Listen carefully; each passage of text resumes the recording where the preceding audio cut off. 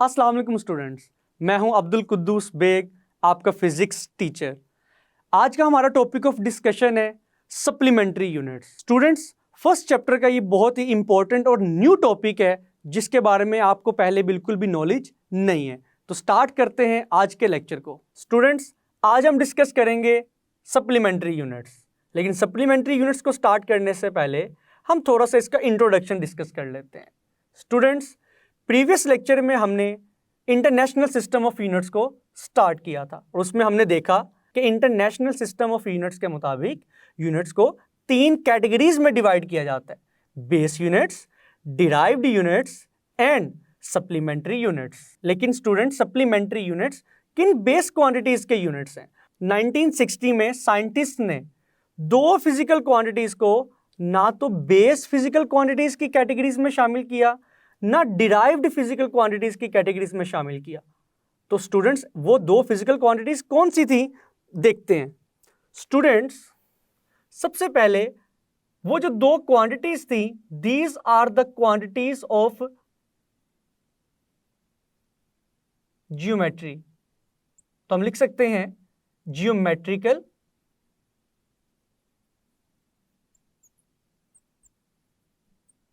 Quantities. लेकिन वो 2 quantities हैं कौन सी? First one is plane angle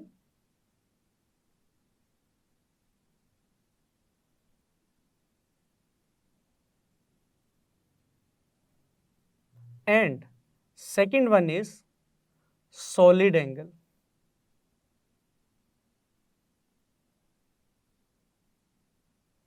students, plane angle and solid angle are the geometrical quantities. लेकिन आज तो हम सप्लीमेंट्री यूनिट्स को डिस्कस करने जा रहे हैं। तो supplementary units in 2 physical quantities के यूनिट्स हैं। तो पहली फिजिकल क्वांटिटी है plane angle. Plane angle quantity का जो यूनिट है स्टूडेंट्स, वो है radian. It is the first supplementary unit. Solid angle geometrical quantity का जो यूनिट है स्टूडेंट्स, इट इज स्टीरेडियन।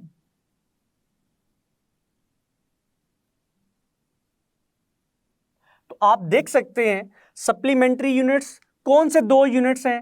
पहला यूनिट है रेडियन और दूसरा यूनिट है स्टीरेडियन। रेडियन किस ज्योमेट्रिकल क्वांटिटी का यूनिट है? Plane angle. स्टीरेडियन किस ज्योमेट्रिकल क्वांटिटी का यूनिट है? Solid angle. तो स्टूडेंट, स्टार्ट करते हैं प्लेन एंगल के यूनिट रेडियन और सॉलिड एंगल के यूनिट स्टीरेडियन को डिफाइन करने से। तो सबसे पहले इनकी डेफिनेशन को डिस्कस करते हैं।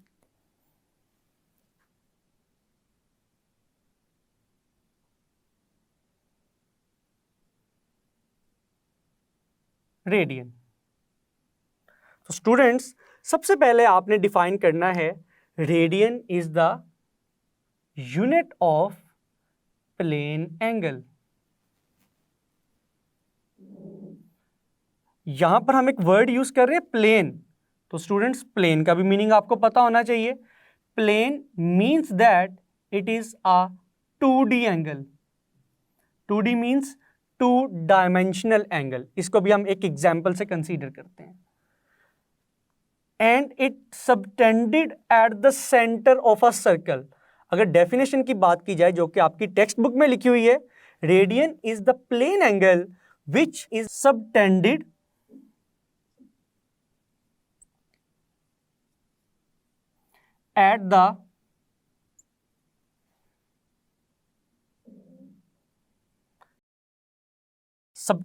at the center of a circle between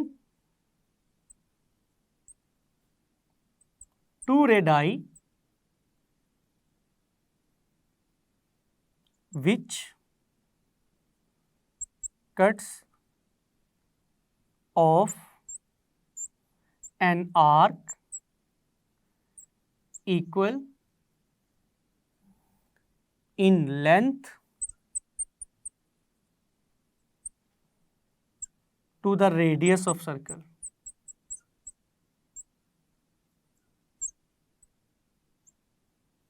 तो स्टूडेंट्स, आइए देखते हैं इस डेफिनेशन का मतलब क्या है।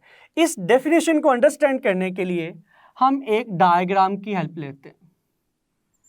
Late consider a circle, for example हमारे पास एक सर्कल है और इस सर्कल का सेंटर है O, और एक पार्टिकल जो कि सर्कल के सर्कमफेरेंस के ऊपर लाई करता है, इट इज A, और अगर ये पार्टिकल A से मूव करके on the circumference of the circle point B तक पहुंचता है, these are the 2 points on the circumference of the circle. तो आपको मालूम है सर्कल के सेंटर से किसी भी पॉइंट तक का जो डिस्टेंस है, it is the radius of the circle. तो स्टूडेंट्स थोड़ा सा लेबल करते हैं इसको, it is the radius, it is also the radius, and this is the arc, and the length of this arc is equal to the arc length.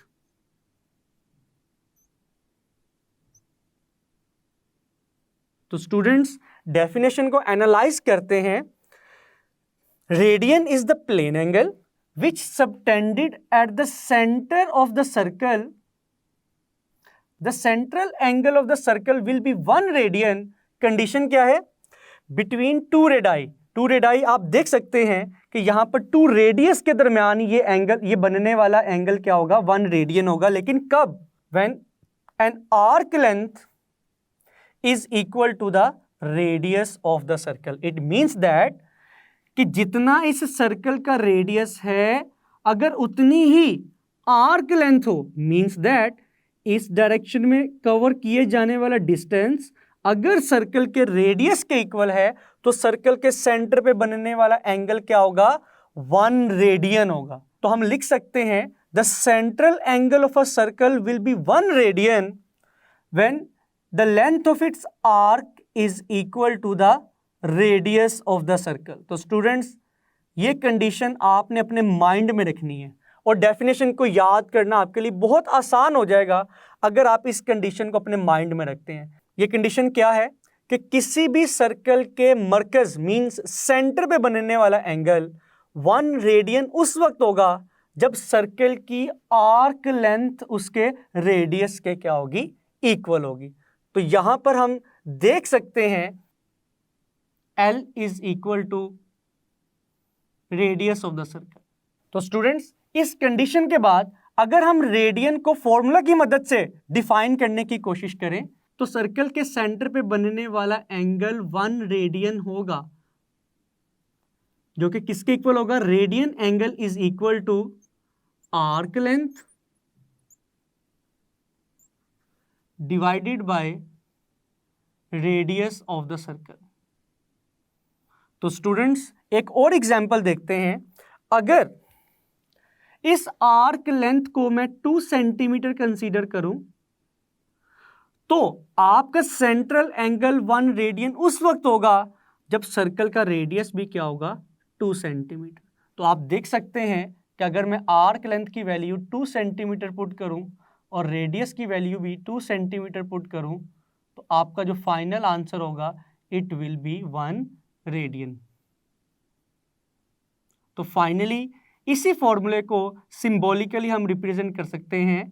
Theta will be in radian which is equal to length of arc divided by radius are.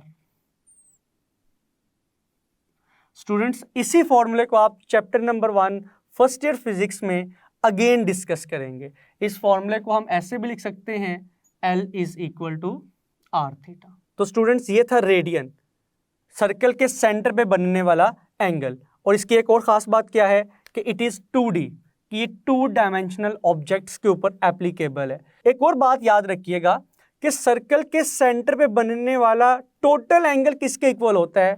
The total angle, total central angle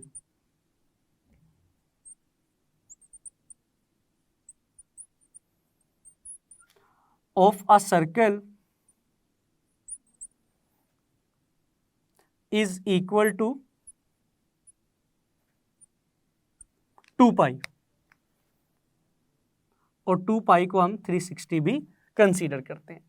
MCQs के लिए एक और बात बहुत important है, क्योंकि students angle को radian और डिग्री दोनों में मेजर किया जाता है। 1 radian is equal to 57.3 degree. अगर इसके प्रूफ को डिस्कस किया जाए तो जैसा कि हमें मालूम है 2 पाई रेडियन जो कि सर्कल के सेंटर पे बनने वाला टोटल एंगल है, it is equal to 360 degree.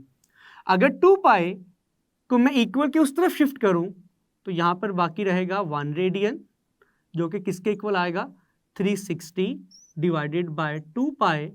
After putting the value of pi which is equal to 3.14, और जब आप इस फ्रैक्शन को सॉल्व करेंगे तो आपका फाइनल आंसर आएगा 57.3 डिग्रीज।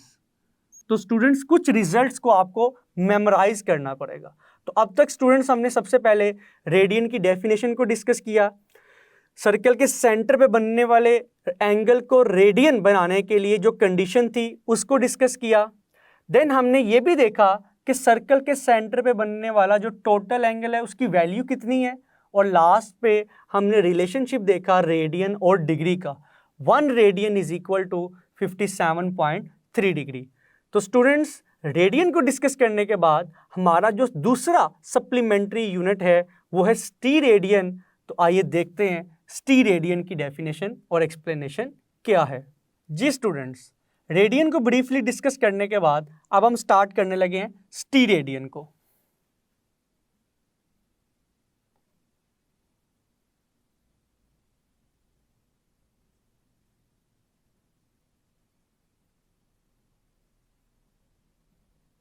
तो स्टूडेंट्स सबसे पहले आपने मेंशन करना है steradian is a solid angle. Solid angle means that it is a 3D angle। तो स्टूडेंट्स ये सिर्फ उन ऑब्जेक्ट्स के ऊपर एप्लीकेबल है जो 3 डायमेंशनल है, जिनकी लेंथ और विड्थ के साथ थिकनेस भी कंसीडर की जाती है। तो डेफिनेशन को डिस्कस करते हैं जो कि बुक में मौजूद है। तो students steradian is the solid angle which is subtended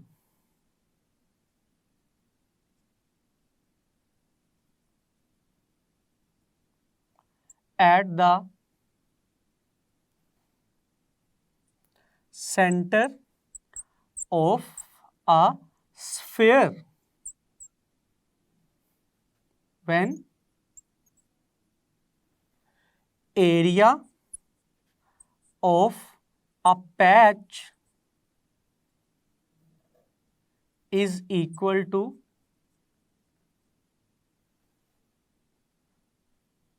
the square of radius is equal to the square of radius। तो स्टूडेंट सबसे पहले आगे चलने से पहले हम देखते हैं कि स्टीरेडियन की डेफिनेशन रेडियन की डेफिनेशन से किस तरह डिफरेंट है।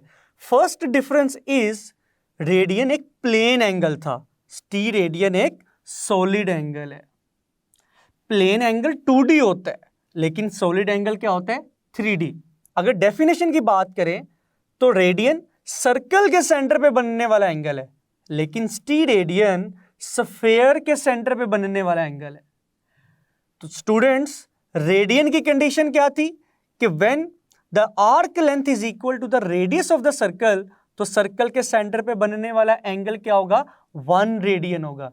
लेकिन स्टीरेडियन की कंडीशन क्या है, when the area of a patch is equal to square of radius, area becomes equal to the square of radius. लेकिन स्टूडेंट्स अभी आपको इस तरह समझ नहीं आएगी, हम कंसीडर करते हैं एक एग्जाम्पल। स्टूडेंट्स इस डेफिनेशन को मजीद अच्छे से समझने के लिए हम एक एग्जाम्पल कंसीडर करते हैं। स्टूडेंट्स एक सर्कल को तो मैं इस लाइट बोर्ड पे ड्रॉ कर सकता हूं, लेकिन एक स्फेयर को मैं इस लाइट बोर्ड पे ड्रॉ नहीं कर सकता क्योंकि स्फेयर एक 3D ऑब्जेक्ट है। अगर स्फेयर की बात की जाए तो आपके माइंड में एक फुटबॉल आ जाना चाहिए। Football is an example of sphere, लेकिन हम इस सर्कल को ही एक स्फेयर कंसीडर कर लेते हैं, लेकिन यहां पर हम इस स्फेयर का एक स्मॉल पैच कंसीडर करेंगे। ये पैच आप समझ लें, looks like a cone. It is at the center of the sphere, which is represented by O. It is the radius of this patch and it is also the radius. But this patch but इस patch का हम क्या consider करेंगे, area. तो students अगर इसी कोन को मैं सेपरेटली ड्रॉ करूं तो आप देख सकते हैं कि इस सेंटर ऑफ स्फीयर से हम स्टार्ट करेंगे। क्या ये कॉर्नेटो कोन की तरह नहीं, क्या ये कॉर्नेटो कोन की तरह नहीं बन गई? तो आप देख सकते हैं ये भी रेडियस है, ये भी रेडियस है, लेकिन ये जो हमारे पास एरिया एलिमेंट है, एक सर्कुलर रीजन बन रहा है, अगर इसका एरिया ए कंसीडर किया जाए तो स्फीयर के सेंटर पे बनने वाला एंगल 1 रेडियन होगा जब इस पैच का एरिया रेडियस के स्क्वायर के इक्वल होगा।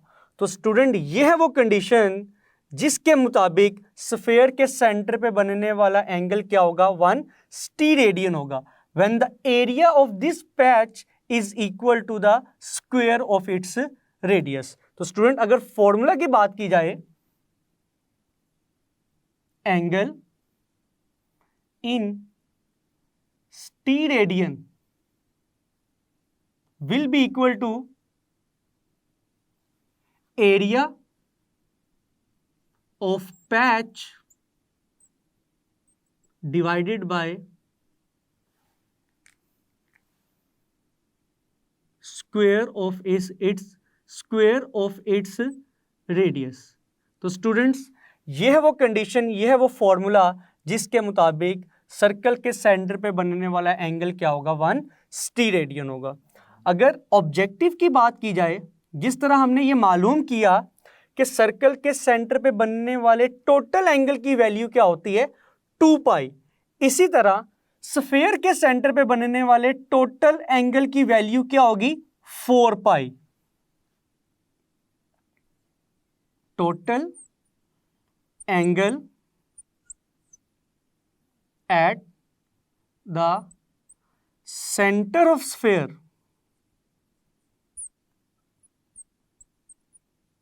is equal to 4 pi.